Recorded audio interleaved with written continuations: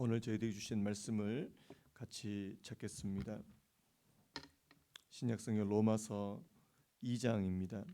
로마서 2장 1절에서 5절까지 말씀을 우리 다 같이 한 목소리로 읽겠습니다. 신약성경 로마서 2장 1절에서 5절까지 말씀을 우리 다 같이 한 목소리로 읽겠습니다. 함께 읽겠습니다. 그러므로 남을 판단하는 사람아, 누구를 막론하고 내가 핑계하지 못할 것은 남을 판단하는 것으로 내가 너를 정죄함이니 판단하는 내가 같은 일을 행함이니라.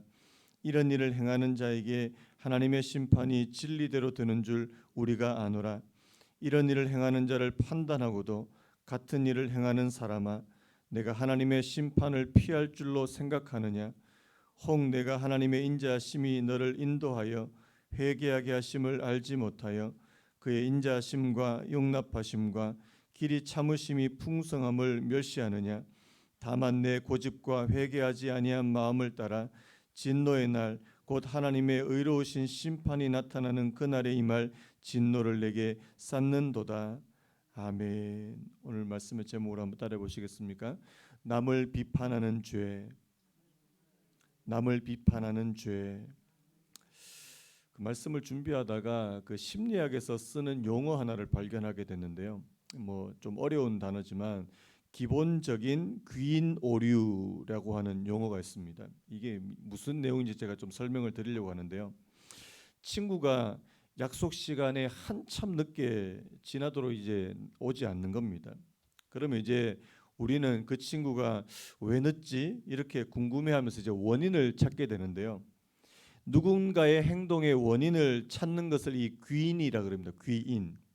그런데요, 이 우리가 보통 이 원인을 찾는데 이 오류를 범한다는 거예요. 그래서 귀인 오류라는 말을 씁니다. 보통 우리가 이제 친구가 시간 약속을 잘 안 지키면 어떻게 생각하기 쉽냐니까, 쟤는 맨날 저렇게 시간 안 지켜. 에이, 저렇게 시간관념이 없어야 이렇게 되겠냐, 이렇게 생각하기가 쉽다는 사실입니다. 그 친구의 성향과 성격을 원인으로 판단하기가 쉽다는 사실이에요. 그런데 우리가 약속 시간에 늦으면 보통 어떻게 생각합니까? 나는 시간관념이 없는 그런 사람, 이렇게 생각 잘 안 하고 바빠서 피치 못할 사정이 생겨서 차가 밀려서, 이런 상황을 가지고 우리 이 원인을 찾는다는 사실입니다. 이처럼 다른 사람의 행동에 대해서는 그 사람의 성향이나 성격에서 원인을 찾고, 나의 행동에 대해서는 어쩔 수 없는 상황을 원인으로 돌리는 것, 이것을 기본적인 귀인 오류, 이런 말을 쓰더라고요. 여기서 이제 기본적이라는 말을 붙인 이유는 뭐냐니까, 누구나 이런 오류를 범할 수 있기 때문이라고 그렇게 말씀합니다. 제가 이거 우연하게 인터넷에서 있는 그 지식백과에 이 기본적인 귀인 오류를 찾아봤는데, 이 참 맞는 말이라는 생각이 드는 거예요. 여러분, 우리는 우리 자신에게는 굉장히 관대하지 않습니까? 하지만 타인에게는 굉장히 엄격한 그런 잣대를 들이댈 때가 많습니다. 사실 이게 반대가 되면 참 좋은데요. 내 자신에게 대해서는 굉장히 엄격하고 상대방에 대해서는 너그러운 관대한 그런 것이 좋은데, 이게 그렇지 않더라는 사실입니다. 저는 이게 인간의 타락한 본성의 한 단면이 아닌가, 이런 생각이 드는 거예요. 요즘에 이런 말 많이 쓰잖아요.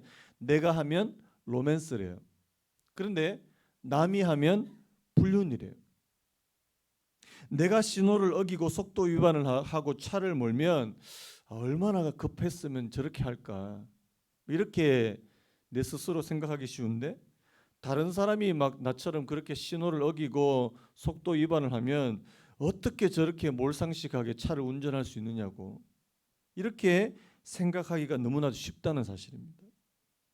이런 이중적인 잣대를 기본적인 귀인 오류라고 부릅니다.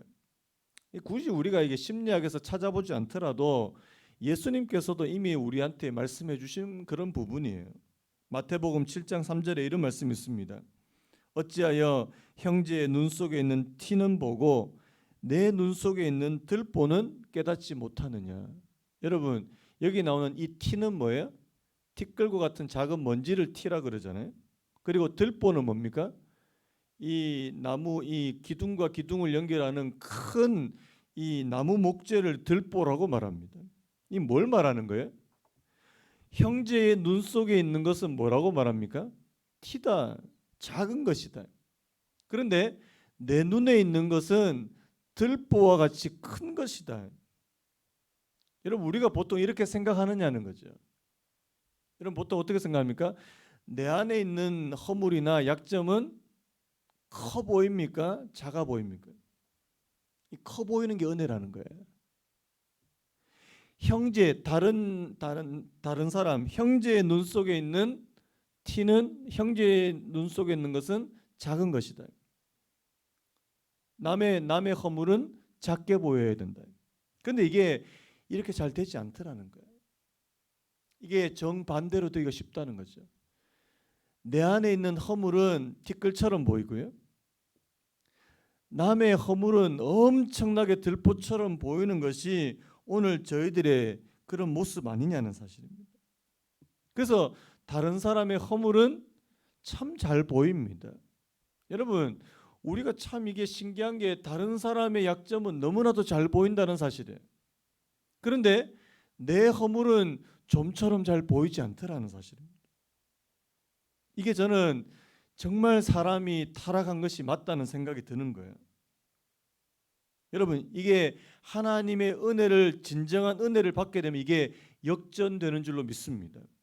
어떻게 된다고요? 내 허물이 점점 커 보인다는 사실이에요. 그리고 다른 사람의 허물은 점점 작게 보이는 거, 이게 하나님께서 저와 여러분들에게 허락해 주시는 놀라운 은혜인 줄로 믿습니다.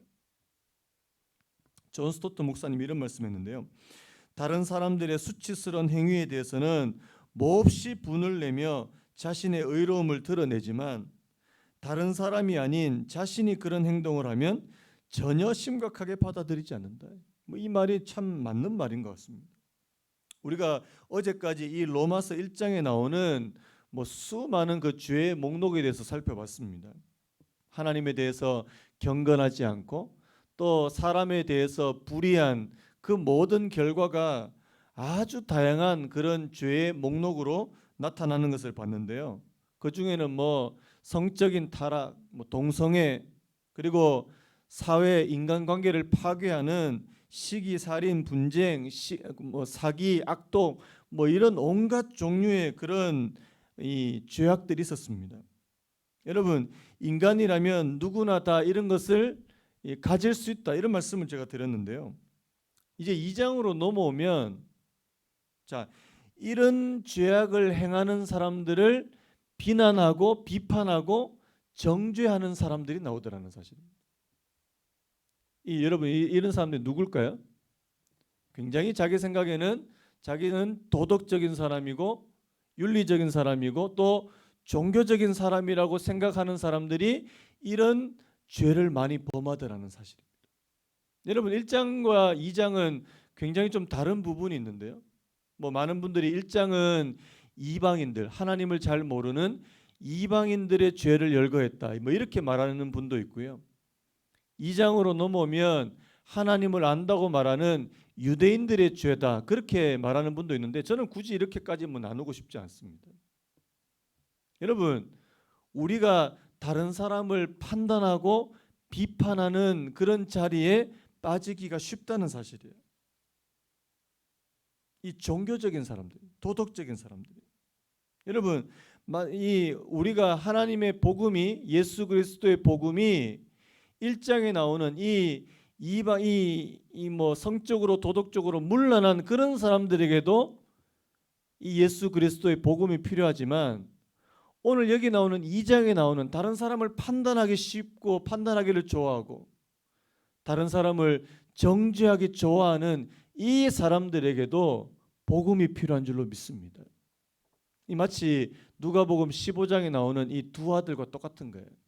여러분 두 아들 가운데 그 둘째 아들은 아버지 집을 떠나서 허랑방탕하게, 여러분 이 아들에게도 뭐가 필요합니까? 아버지의 은혜와 사랑이 필요하죠. 그런데 그 집에 또 아들 한 명이 더 있는데 그 아들도 어떻습니까?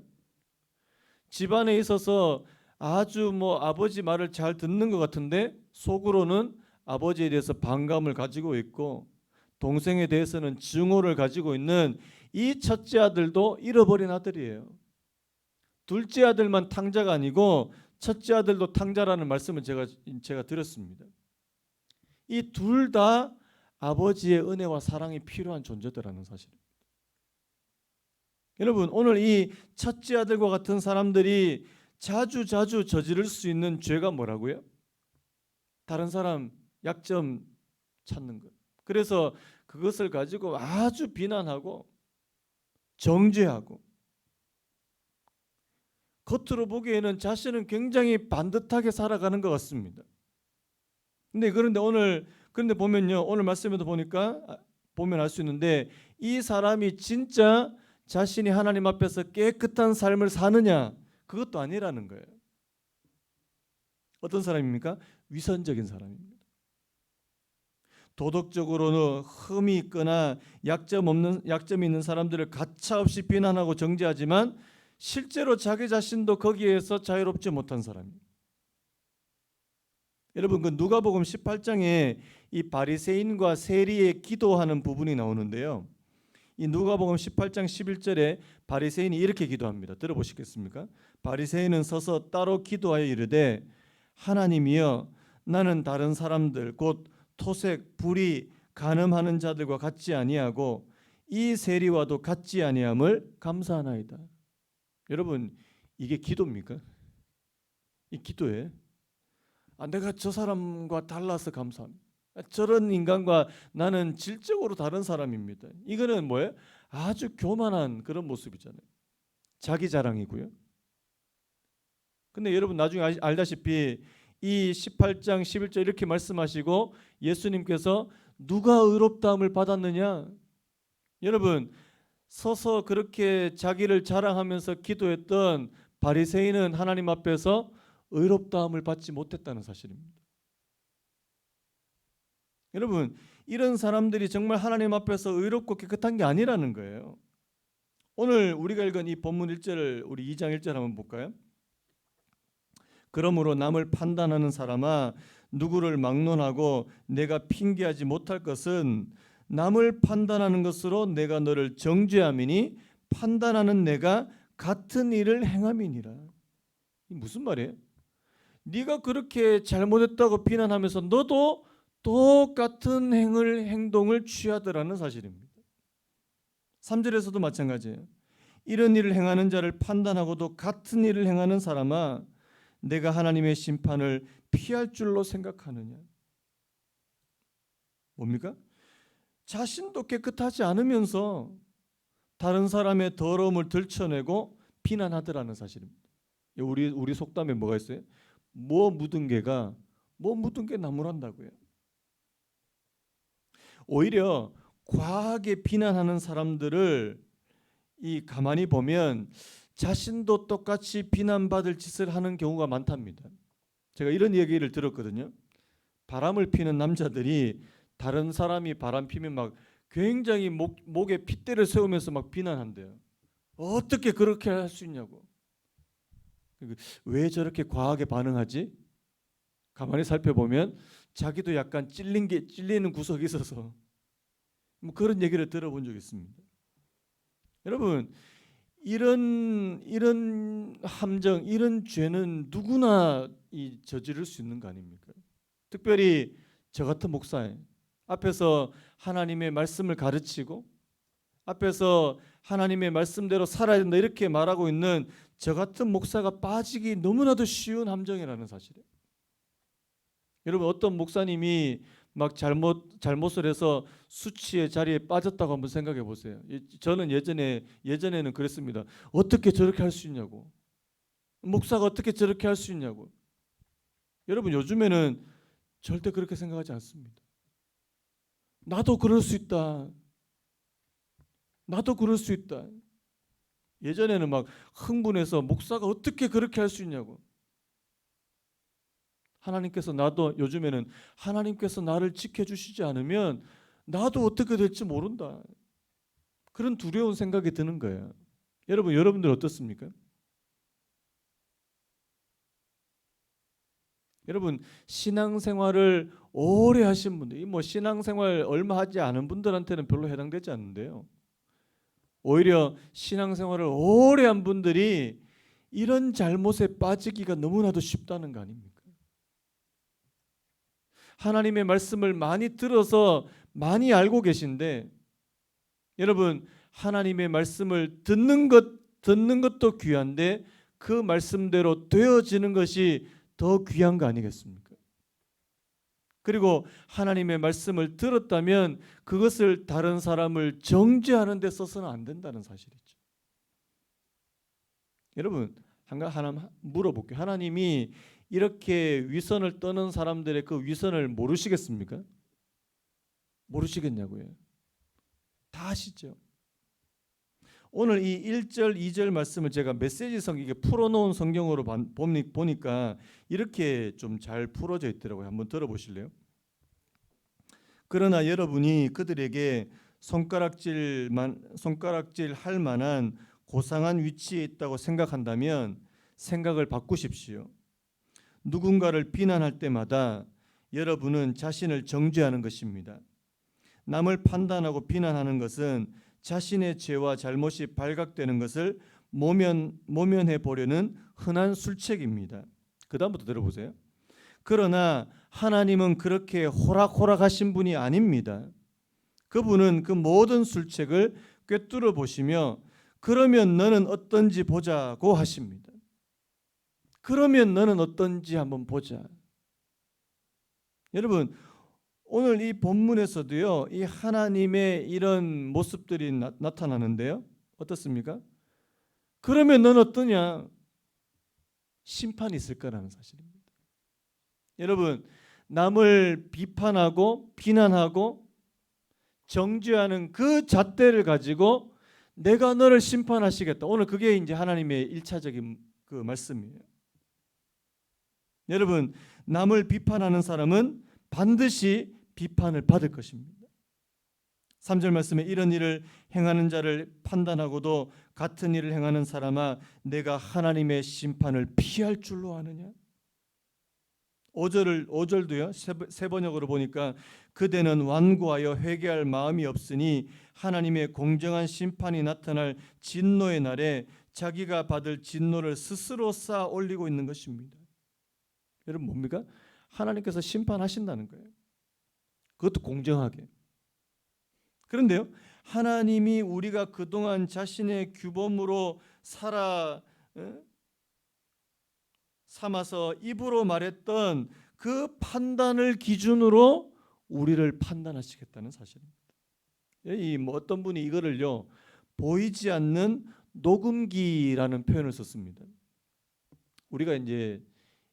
우리가 다른 사람을 대하거나 아니면 내 자신을 대하거나 저런 사람은 저렇게 하면 안 되지. 왜 저렇게 하냐고 이렇게 말했던 모든 것이 다 녹음된다는 거예요. 이 프란시스 셰퍼라고 하는 아주 유명한 학자가 말했던 이 보이지 않는 녹음기라는 게 있습니다. 우리가 아무 생각도 없이 저 사람은 저렇게 하면 안 되지. 저렇게 거짓말하면 안 되지. 저렇게 사기치면 안 되지. 그런데 그게 다 녹음된다는 거예요. 근데 그 녹음기가 언제 틀려진 줄 아십니까?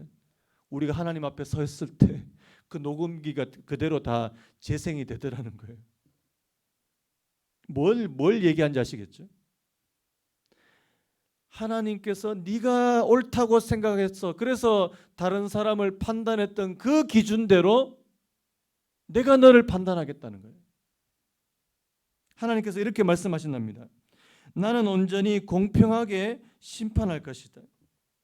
다만 이 녹음기를 틀어서 내 입으로 사람은 마땅히 이렇게 행동해야 한다고 한 말을 기준으로 삼아서 너를 판단할 것이다.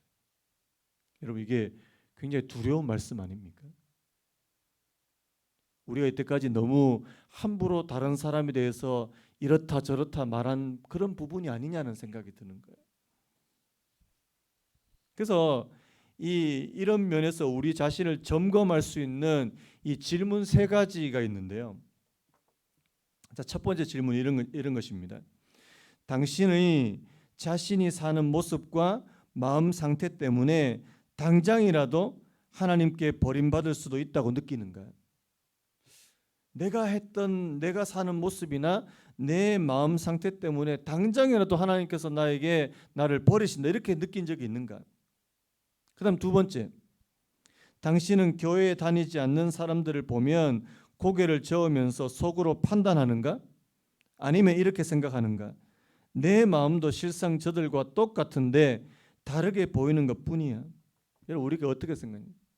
교회 안 다니는 사람 보고 고개를 막 절레절레하면서 왜 저렇게 사냐? 아니면 나도 저와 똑같은 사람 아닌가? 그 다음에 세 번째가 뭐냐니까, 당신은 마음속으로 녹음기가 없다고 생각하는가? 아니면 녹음기가 재생될 때 자신의 판단 앞에서도 버틸 수 있다고 생각하는가? 이게 무슨 말씀인지 아시겠죠?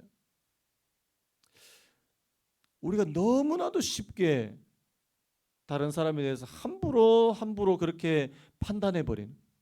여러분 한번 여쭤볼게요. 여러분, 최종적인 판단하시는 분은 누구십니까? 하나님이시죠. 내가 다른 사람에 대해서 판단해 버리고 정죄한다는 것은 내 자신이 누구의 자리에 올라와 있다는 말입니까? 하나님의 자리에 올라와 있다는 말이에요. 하나님께서 이것을 기뻐하시지 않더라는 사실입니다. 그래서 여러분, 하나님 앞 우리가 다른 사람을 판단하고 비난하고 비판하고 정죄하는 그 죄를 하나님께서 반드시 물으시겠다. 이게 첫 번째 이 하나님의 모습인데요. 이 하나님의 공의의 그런 모습인데, 여러분 오늘 말씀에 보면 하나님의 또 한 가지 모습이 또 보인다는 사실이에요. 어떤 하나님입니까? 사랑이 풍성하신 하나님. 하나님이 이런 위선적인 사람들도 회개하고 돌이키기를 원하시더라는 사실입니다. 여러분, 저는요 오늘 남을 비판하고 남을 판단하는 죄를 위해서라도 예수님께서 십자가의 피를 흘리신 줄로 확신합니다. 여러분 믿으십니까? 4절에요.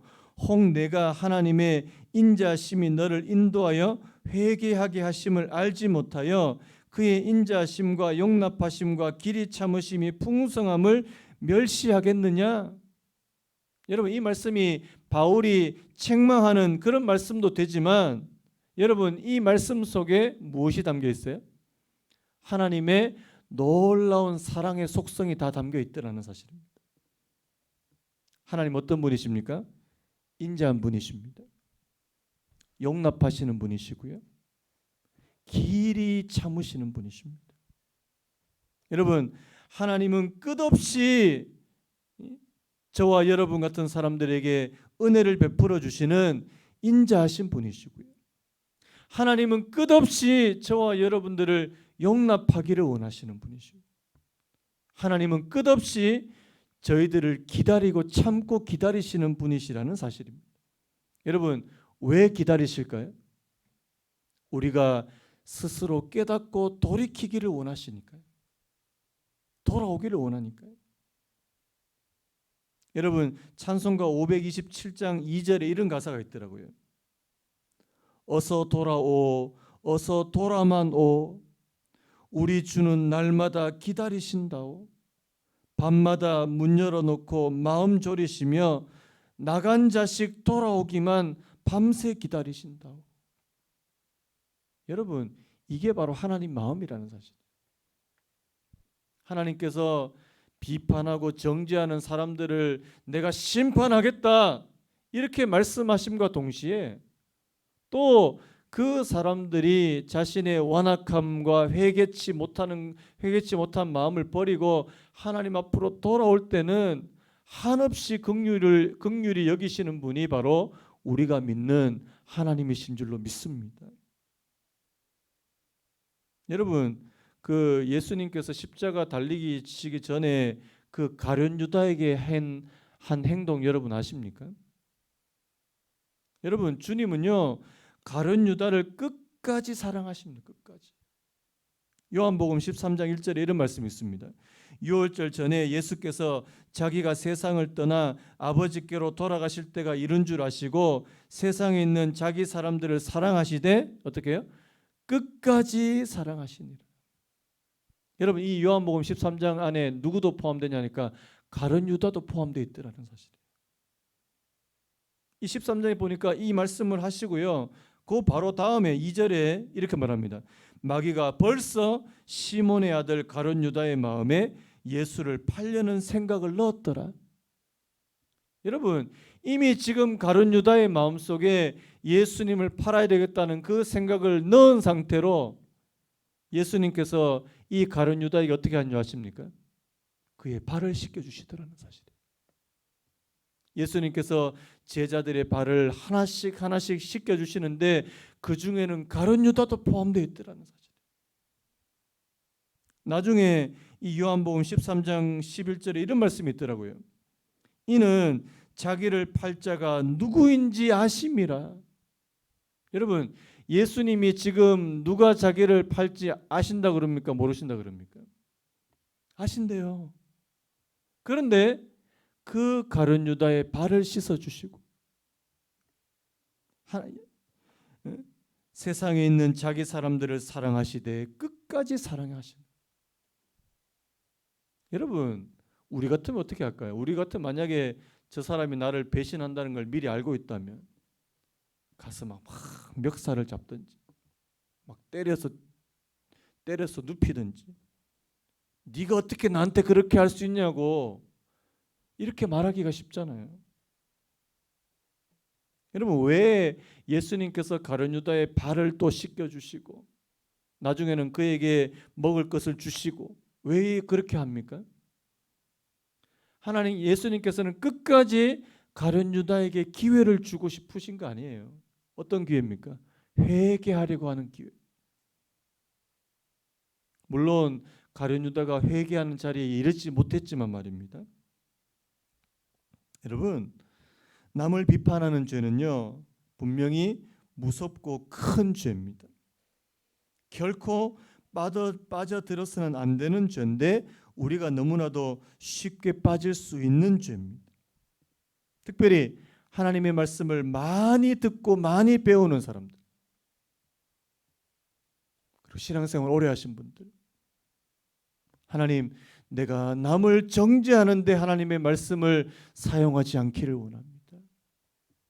하나님의 말씀을 내 자신에게 비추어 보는 거울이 되고 그런 빛이 될 수 있는 은혜를 허락하여 주시옵소서. 여러분, 교회 안에서도요, 서로가 서로를 비난하고 정죄하고, 그런데 그 비난하고 정죄하는데 하나님의 말씀을 가지고 사용하는 이런 엄청난, 이런 비극적인 일이 벌어져서는 안 된다는 사실입니다. 여러분, 우리가 이 사실을 두려워할 줄 알아야 된다는 사실이에요. 여러분, 오늘 저와 여러분들이 남을 판단하는 데 있어서 두려워할 줄 아는 은혜가 있기를 예수님의 이름으로 축복합니다. 그리고요, 날마다 이것을 가지고 하나님, 예수님의 십자가 앞으로 가지고 나올 수 있는 은혜를 허락해 주시기를 예수님의 이름으로 축복합니다. 그래서요, 남 판단하지 않고 하나님, 다른 사람의 행동이 내게 내 마음에 것을 걸림이 되고 거슬림이 되면 그것을 가지고 내가 주님 앞으로 나가서 그 형제를 위해서 기도해 줄 수 있는 사람이에요. 여러분, 남을 위해서 오히려 그 사람을 위해서 중보해 주고 기도해 줄 수 있는 사람이에요. 여러분, 그 사람의 발을 씻겨 주는 것과 똑같은 것이라고 오늘 성경에서 말하고 있는 거 아닙니까? 그래서 여러분, 남을 비판하는 죄에 빠지지 않는 저희들 되게 해주시기를 원하고, 여러분, 또 내가 행여나 이런 죄의 자리에 빠졌다 할지라도 하나님, 예수님의 십자가의 은혜를 다시 한번 저희들이 기억하며 이 죄를 씻는 그런 저희들 되게 해주시기를 간절히 바라고 원합니다. 오늘 이 새벽에 저와 여러분들이 기도하시는 은혜가 있기를 간절히 바랍니다. 우리 이 찬양 한번 부르고 같이 기도했으면 좋겠는데요. 찬송가 527장입니다. 어서 돌아오, 어서 돌아만 오. 지은 죄가 아무리 무겁고 크기로 주 어찌 못 담당하고 못 받으시리요. 우리 주의 넓은 가슴은 하늘보다 넓고 넓어. 2절이요. 어서 돌아오, 어서 돌아만 오. 우리 주는 날마다 기다리신다오. 밤마다 문 열어놓고 마음 졸이시며 나간 자식 돌아오기만 밤새 기다리신다. 여러분 오늘 이 가사를 생각하시면서 우리 찬양 한번 부르고 함께 기도했으면 좋겠습니다.